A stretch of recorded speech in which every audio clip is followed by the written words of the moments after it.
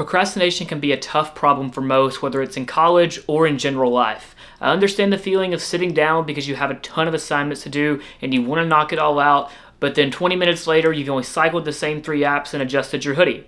So how do we actually fix this? What's the solution, and why are we actually procrastinating? So it's clear that we all have a procrastination problem, but the solution can go pretty deep. However, there's a couple of simple tricks that you can use to actually beat this procrastination cycle to help yourself get started. These tricks don't require motivation, discipline, or anything unnecessary. All it is using the trick and then actually not procrastinating anymore. So what actually is procrastination? Procrastination by definition is just your brain avoiding discomfort, whether it's through stress, boredom, anxiety, or fear around whatever you have to do. It's just avoiding that feeling. Think of your brain like a courtroom. You've got your future self who has big ambitious goals and wants to succeed, but your present self is louder, it's more emotional, and it cares about the moment.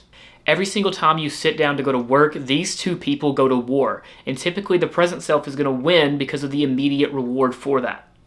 This is exactly why we scroll, snack, and nap, because we know that these feelings feel better in the moment, even though we know they'll harm us later. You want to sit down and achieve your goals, but at the same time you want to relax after a hard day. And as a college student, I relate to this heavily. But that's why I came up with 5 simple tricks to actually avoid procrastination and trick yourself into not doing it. So let's get into it. As most of you guys know, our phones are one of the biggest distractions in our modern world, but there's a couple ways to combat this. The thing that I do is make my phone less stimulating to look at. Whenever I'm ready to actually sit down and get to work, I put my phone in red light mode. That way it's less colorful and it's just a solid red light for every single function on your phone.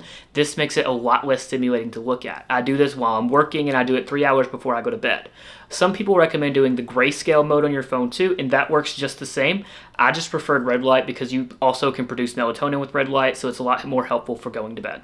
So since phones can be so addictive, one of the easiest ways to kill your procrastination problem is to make your phone less stimulating to look at and less in your space when you're trying to work. So the other thing I do when I actually want to get productive is I put my phone in a completely different room. Whether this looks like me working at my desk in my room and putting my phone in the living room or the kitchen, or vice versa. This allows my phone to be far away from me on Do Not Disturb, so I do not hear it and do not see it in my peripheral vision and want to touch it and check it. The last thing I do to help myself out of my phone is screen time limits. I do an hour of social media per day. That's all I need to figure out what's going on, communicate with the friends that I need to, and that's it. Everything else can be done through my computer and not have to actually touch my phone to do my social media work and such like that.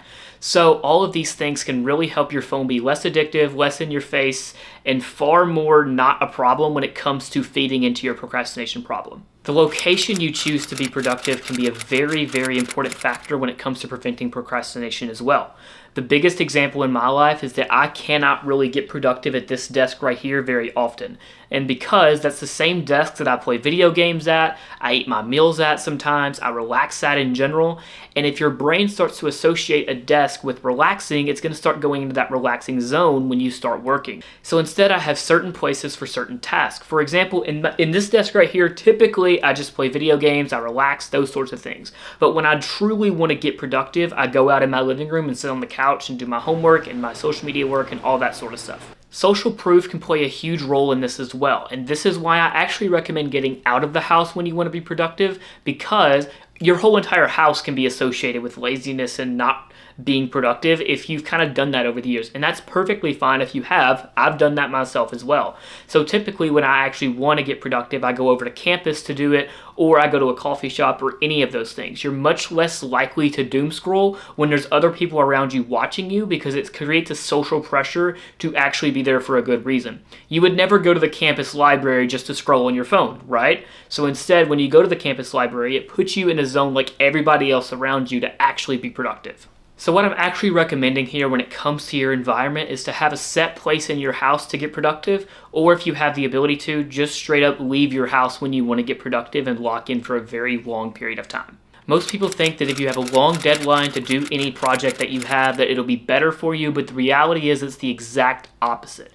When you have something that you want to get done quickly, force yourself to set a quicker deadline to actually change that. When you give yourself this ridiculously small timeline, it actually helps you force yourself to go ahead and get started as long as you're sticking to it. You guys might have heard the quote before about cleaning your house. If you give yourself a week to clean your entire house, it's going to take you a week. But if you give yourself 2 hours, it's going to take you only 2 hours to actually clean your house. Now, the reason this is effective is the same reason this goes over with a college essay or something, right? Let's say you have an essay due at 11:59 or any assignment like the majority of college works, right? If you don't start on that assignment until 10 o'clock, you're starting at 10 o'clock and being so productive because your brain is actually seeing the urgency. So what you need to do is give your brain that urgency so that you actually get started on it. So if you have an essay due in 2 weeks, what you can do is tell yourself that you're going to have this done in 2 days. What you want to do is write it as fast as you possibly can, but then you can revisit it when you actually need to. As long as you can get the hardest part out of the way, which is starting and getting your rough draft due. I mean, of course, that's the hardest part of an essay, is getting your first couple paragraphs started, right? Or at least it is for me. But if you can knock that out by telling yourself, hey, I'm going to write this entire essay in 2 hours, no matter how much it sucks, you can actually go ahead and force yourself over the hump of starting the most difficult part of it. So then after a couple of nights of sleeping on it, you can revisit it, polish up that essay, and submit it on time or a couple of days before, so that stress that's unnecessary is out of your life. That's why making your time constraint much smaller is one of the easiest ways to prevent your procrastination when it comes to assignments and projects. Now, this is more specifically for college students, but one of the easiest things that I do all the time is voice typing. This is a super easy way to write in a 1,000-word paper that I do not want to type out, and I can just talk it out instead. You guys know this. I love talking. I love public speaking. I love those sorts of things, so talking comes naturally to me. And if I can talk out my essay and get that 1,000-word mark and then go back in and polish it, it's once again gets you over that hump. So if you need to get over the hump, like I said, shrinking that deadline and just voice typing it out can get over that hump. So if you're curious on how to actually voice type, all you have to do, at least on Google Docs, is to go up to the Tools tab, and at the very bottom of the Tools tab, it'll say Voice Typing. This can also be done by using Command, Shift, and S. This simple tool will allow you to start the voice typing and make your process so much easier. The fifth trick that I want you guys to use is to make your progress visible and also make your work blocks visible. If you can't see your progress or see when you're supposed to sit down and work, it can make you lose momentum. The first way that I actually combat this is I use my Apple Calendar to its full extent. I'm a major planner and I like to plan out every single detail of my day. That's not what I'm recommending you guys do, but for this trick specifically, what I want you to do is to time block out in your Apple Calendar when you're going to sit down to work on A, B, or C. Like, for example, tomorrow I have it in my calendar to sit down and work on my essay that's due next week. The next day after that, I have it down to sit down and edit this video. When I have those time blocks in my Apple Calendar, it makes it easier for me to sit down and get started.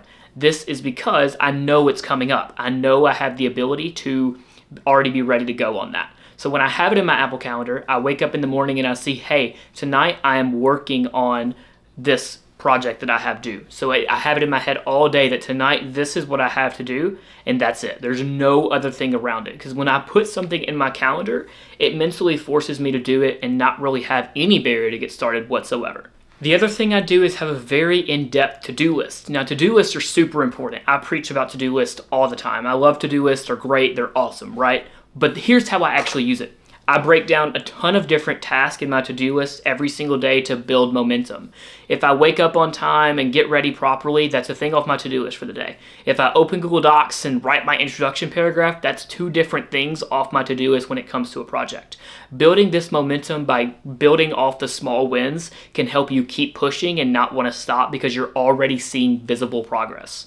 When you make your to-do list and just have it essay due next Friday, the problem with that is that task can seem super big and scary. Your brain doesn't want to do that because of the boredom, the fear, the anxiety, the things we talked about earlier. So when you break your task down and not have it as some big overarching goal, then you can make it easier. The same way that all your health professionals talk about breaking down your goals. You can't just have a big goal of, I want to make $1 million in a year. You have to actually break that down to figure out how you're going to do that day by day. So break down your Apple calendars into time blocks and break down your to-do list into very manageable tasks. These things allow you to start moving the ball, and if you tie it with every other trick I have taught you in this video, you can slowly start to optimize your life for productivity and start preventing procrastination, which is the entire point of this video.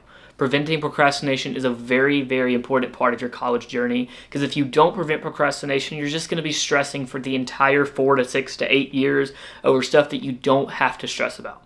All 5 of these tricks that I've shared have one thing in common. They make starting and being productive easier than procrastinating. These tips make it harder to procrastinate than it is to just get started on your work. If you want to actually beat your procrastination problem, you have to implement systems that are actually going to work instead of just sitting around and waiting for discipline and willpower to get you through, because it's not.